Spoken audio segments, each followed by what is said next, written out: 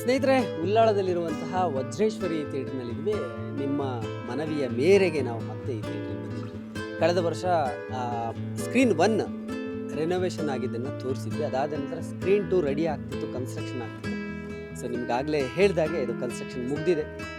ಸುಮಾರು 248 ಸೀಟ್ಗಳಿರುವಂತಹ ಒಂದು ಚಿಕ್ಕ ಸ್ಕ್ರೀನ್. ಸೊ ಈಗ ಡಿಸೆಂಬರ್ 11ಕ್ಕೆ ಸ್ಕ್ರೀನ್ 1ನಲ್ಲಿ ಡೆವಿಲ್ ಬಂದಿದ್ದಲ್ವ? ಸ್ಕ್ರೀನು ಹಾಕಿದ್ವಿ. ಎರಡು ಸ್ಕ್ರೀನ್ ಎರಡು ಸ್ಕ್ರೀನು ಹಾಕಿದ್ವಿ. ಎರಡರಲ್ಲೂ ಫುಲ್ ನಡೀತು. ಎರಡರಲ್ಲೂ ನಡೀತಾ ಇತ್ತು. ಹೇಗಿತ್ತು ಕಲೆಕ್ಷನ್ ಚೆನ್ನಾಗಿತ್ತು. ಅದು ಮಂಡೆಯಿಂದ ಒಂದು 50-60% ಈ last Monday first week first week ಚೆನ್ನಾಗಿತ್ತು. ಫಸ್ಟ್ ವೀಕ್ ಚೆನ್ನಾಗಿತ್ತು. ಅದೇ ಫಸ್ಟ್ ವೀಕಲ್ಲಿ ಮಂಡೆಯಿಂದ ಆಫ್ ಬಂತು. ಯಾಕೆಂದರೆ ಡಬಲ್ ಥಿಯೇಟ್ರ್ ಬೇರೆ ಆಗ್ತಿದ್ದಿಲ್ಲ.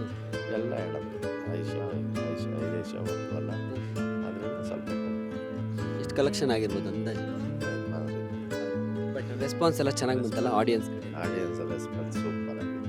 ಚೆನ್ನಾಗಿ ಎಂಜಾಯ್ ಮಾಡಿದ್ರು. ಪಟಾಕಿ ಹೊಡಿಸಿ ಇದು ಮಾಡಿ ತಮಟೆ ಹೊಡಿಸಿ ಡೋಲ್ ಹೊಡಿಸಿ ಚೆನ್ನಾಗಿ ಎಂಜಾಯ್ ಮಾಡಿದ್ರು ಆಡಿಯನ್ಸ್. ಈಗ ಎರಡನೇ ವಾರದಿಂದ ಒಂದು ಸ್ಕ್ರೀನಿಗೆ ಇಟ್ಟಿದ್ದೀರಾ, ಅಂದರೆ ಡೆವಿಲ್ನ ಸ್ಕ್ರೀನ್ 1ನಲ್ಲಿ ಮಾತ್ರ ಇಟ್ಟಿದ್ದೀರಾ? ಸ್ಕ್ರೀನ್ 2ಲುವೆ ಒಂದು ಶೋ ಐತೆ. ಓಕೆ. ಮೊನ್ನೆ ಗಂಟೆ 2 ಶೋ ಆಯಿತು. ಈ ಒಂದು ಶೋ ಮಾಡಿದ್ವಿ. ಅದರಲ್ಲೂ ಐತೆ, ಇಲ್ಲೂ ಐತೆ. ಅಲ್ಲಿ 4 ಶೋ ಐತೆ, ಇಲ್ಲೊಂದು ಶೋ ಐತೆ. ಇಲ್ಲಿ 2 ಶೋ ಐತೆ. 2:30ಗೆ ನೈಟ್ 9:30ಗೆ 2 ಶೋ ಐತೆ. ಅಲ್ಲಿ 3 ಶೋ ಐತೆ. ಹೇಗೆ ಬರ್ತಿದ್ದಾರೆ ಈಗ ಎಷ್ಟು ಪರ್ಸೆಂಟ್ ಆಗ್ತಿದೆ? ಒಂದು 30% 40% ಹಿಂಗೆ ಬರ್ತಾರೆ.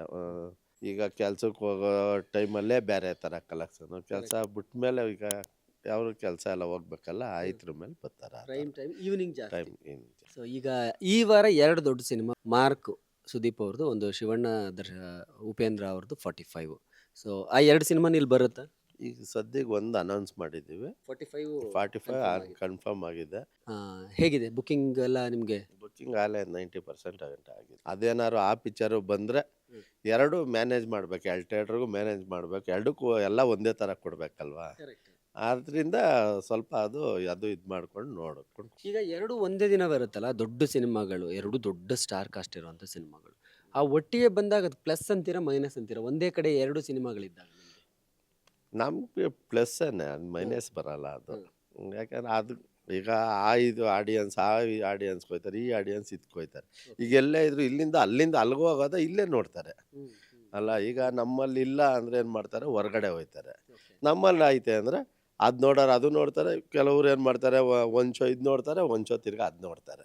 ನಮ್ಮಲ್ಲಿ ಬಂದ ಆಡಿಯನ್ಸು ಇಂಥದ್ದು ಈ ಮೂವಿ ಇಲ್ಲ ಅಂತ ಹೋಗ್ಬಾರ್ದು ಅನ್ನೋ ಇದ್ರ ಬಗ್ಗೆ ನಾವು ಇದು ಮಾಡಿರೋದು. 2 ಥಿಯೇಟ್ರ್ ಮಾಡಿರೋದು. ಇಲ್ಲಿ ದೊಡ್ಡ ಸಿನಿಮಾಗಳಂತ ದರ್ಶನ್, ಸುದೀಪ್, ಶಿವಣ್ಣ ಈ ಥರದವ್ರದ್ದು ಯಾವ ಸಿನಿಮಾಗಳನ್ನು ಮುಂಚೆ ಆಗಿದೆ? ದೊಡ್ಡ ಸಿನಿಮಾ ಎಲ್ಲ ಮೂವಿನೂ ಆಗಿದೆ, ಎಲ್ಲರವೂ ಆಗಿದೆ. ದೊಡ್ಡ ಸಿನಿಮಾ ಧ್ರುವ ಸರ್ಜನ್ ತಾವಿಂದ ಇವ್ರ ತಾವಿಂದ ಎಲ್ಲರ ಆಲ್ರೌಂಡ್ ಎಲ್ಲ ಆಗಿದೆ. ವಿಷ್ಣುವರ್ಧನ್, ಅಂಬರೀಷು ಎಲ್ಲ ಮೂವಿನೂ ಆಗಿದೆ. ಮೊದಲಿಂದನೂ ಫಸ್ಟ್ ಮೂವಿ ಇಲ್ಲೇ ಆಗ್ತಿರೋದು, ನಾವೇ ಜಾಸ್ತಿ ಆಗ್ತಿರೋದು. ಈಗ ಡೆವಿಲ್ ಒಳ್ಳೆ ಕಲೆಕ್ಷನ್ ಆಯಿತು. ಡೆವಿಲ್ಗಿಂತ ಮುಂಚೆ ಕಾಟೇರ ಬಂದಿತ್ತು ದರ್ಶನ್ ಅವ್ರದ್ದು, ಹಾಕಿದ್ರೆ ಕಾಟೇರನೂ ಹಾಕಿದ, ಶಿವಪ್ರಮ್ ಶೋನು ಹಾಕಿದ, ಆಮೇಲೆ ತಿರ್ಗಾ ಇದು ಕಾಂತಾರ 2ನೂ ಹಾಕಿದ್ದು.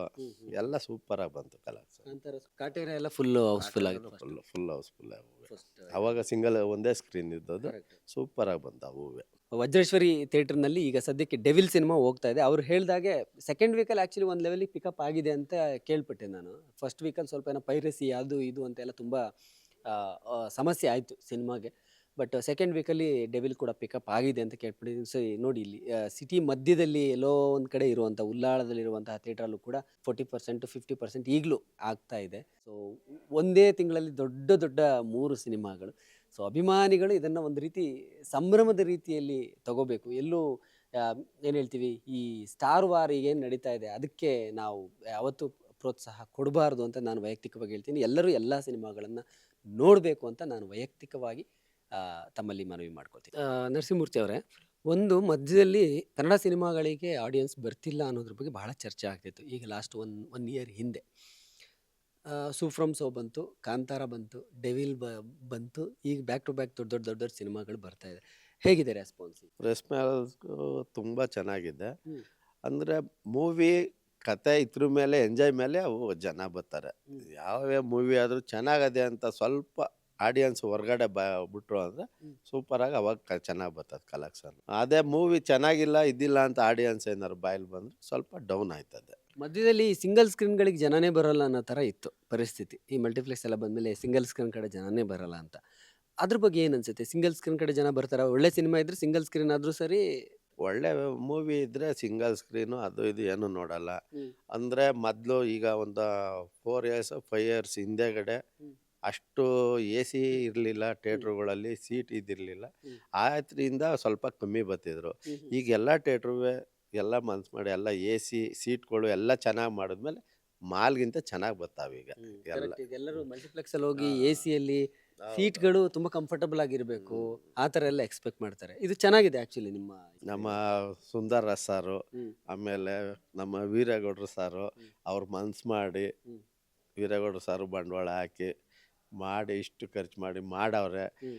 ಅದ್ರ ತಕ್ಕನಾಗ ಫಲ ಕೊಟ್ರೆ ಸಾಕು ನಮಗೆ, ಅದೇ ತೃಪ್ತಿ. ಬಟ್ ನಮ್ಗೆ ಚೆನ್ನಾಗಿ ಬರ್ತಿದೆ ಚೆನ್ನಾಗಿ ಬರ್ತಿದೆ, ತಗೊಂಡು ಎಂಜಾಯ್ ಮಾಡ್ತಾವ್ರೆ, ಇದೇ ಥರ ನಮಗೆ ಎಂಜಾಯ್ ಮಾಡ್ಕೊಂಡು ಚೆನ್ನಾಗಿ ಆಡಿಯನ್ಸ್ ಬಂದು ಹಿಂಗೆ ಒಳ್ಳೆ ಮೂವಿನೇ ಬರಲಿ, ಹಿಂಗೆ ಮಾಡ್ಕೊಳ್ಳೋರು ಅವ್ರಿಗೂ ಹಾಕೋದು ಬಂಡವಾಳ ಹಾಕೋದು ತಕ್ಕನಾಗ ಅವ್ರಿಗೂ ಇದಾಗುತ್ತೆ ನೆಮ್ಮದಿ.